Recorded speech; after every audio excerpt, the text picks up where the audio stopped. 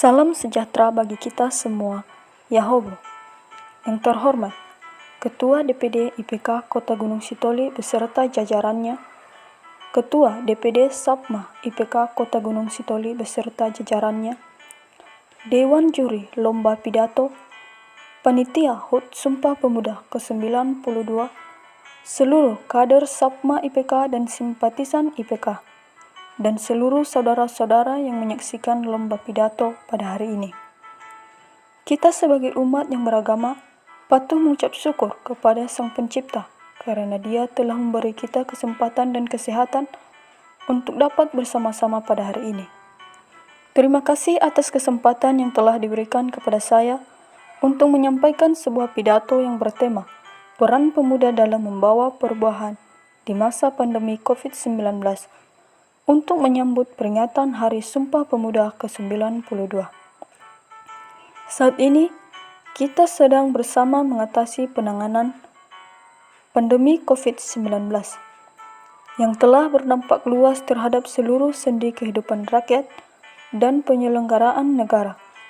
Pandemi tersebut memberikan ancaman yang sangat serius terhadap keselamatan rakyat, perekonomian negara, dan rumah tangga serta kesejahteraan rakyat.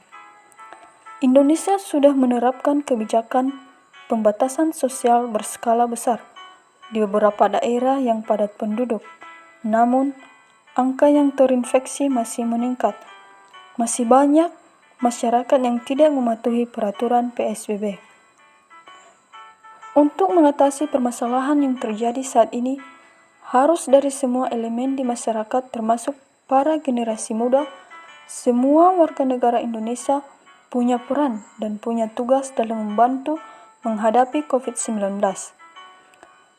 Peran generasi pemuda ini sangat besar. Diharapkan para generasi muda bisa berperan sebagai agen of change. Maka disinilah peran generasi muda sebagai sosok yang muda, yang dinamis, yang penuh energi, yang optimis, diharapkan untuk dapat menjadi agen perubahan yang bergerak dan berusaha untuk bisa ikut membantu pemerintah dalam memutus rantai penyebaran COVID-19. Pemudalah pihak yang dapat mendorong terjadinya transformasi dunia ke arah yang lebih baik melalui efektivitas, perbaikan dan pengembangan. Melalui teknologi, gencarkan, ajak dan galakan edukasi semasif mungkin. Himbau sesering mungkin tindakan-tindakan pencegahannya. Jadilah relawan bagi sekitar yang membutuhkan dukungan, makanan dan obat dengan tetap menjaga prinsip pembatasan sosial. Selain menjaga kesehatan pribadi, pemuda juga harus memperhatikan bagaimana kesehatan orang lain. Artinya, sama-sama untung, baik bagi pribadi maupun dengan orang lain.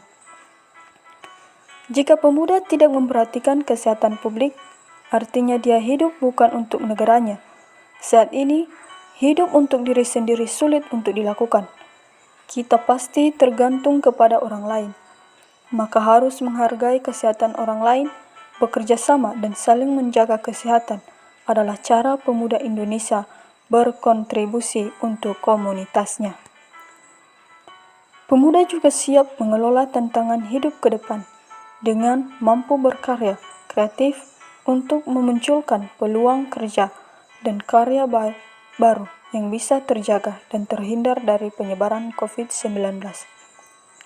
Banyak kegiatan produktif yang bisa pemuda lakukan di dalam rumah yang mungkin selama ini kita abaikan. Misalnya, membaca buku, memasak, melukis, serta mengembangkan kemampuan untuk berkarya masing-masing. Pemuda juga harus memberi contoh dari diri sendiri untuk mematuhi protokol kesehatan yang telah dianjurkan pemerintah, memberi contoh yang baik di tengah-tengah masyarakat, memberi pemahaman yang lebih mendetail dan dapat dipahami oleh masyarakat menggunakan bahasa yang sopan, menegur jika ada keramaian tanpa kepentingan. Angka terinfeksi virus corona disebabkan oleh masyarakat yang tidak mematuhi protokol kesehatan. Kenapa masyarakat tidak mematuhinya? Ini disebabkan dengan berbagai faktor. Kurangnya pemahaman masyarakat tentang betapa rentan terhadap COVID-19. Kurangnya pemahaman masyarakat terhadap manfaat protokol kesehatan. Kurangnya informasi atau petunjuk untuk mendorong masyarakat melakukan upaya protokol kesehatan. Kurangnya akses implementasi protokol kesehatan seperti ketersediaan masker, sabun, hand sanitizer. Mereka lebih percaya dengan hoaks yang menyebar tanpa menyelidikinya terlebih dahulu. Intinya, kita sebagai pemuda bangsa harus lebih kreatif dalam memperjuangkan negara dibanding dengan pemuda dulu, apalagi di masa pandemi ini. Jika dulu para pemuda berjuang dengan otot, namun sekarang pemuda berjuang dengan otak. Sekian pidato yang bisa saya sampaikan. Mohon maaf bila ada tutur kata yang salah. Terima kasih atas perhatiannya. Salam pemuda, Yahobu.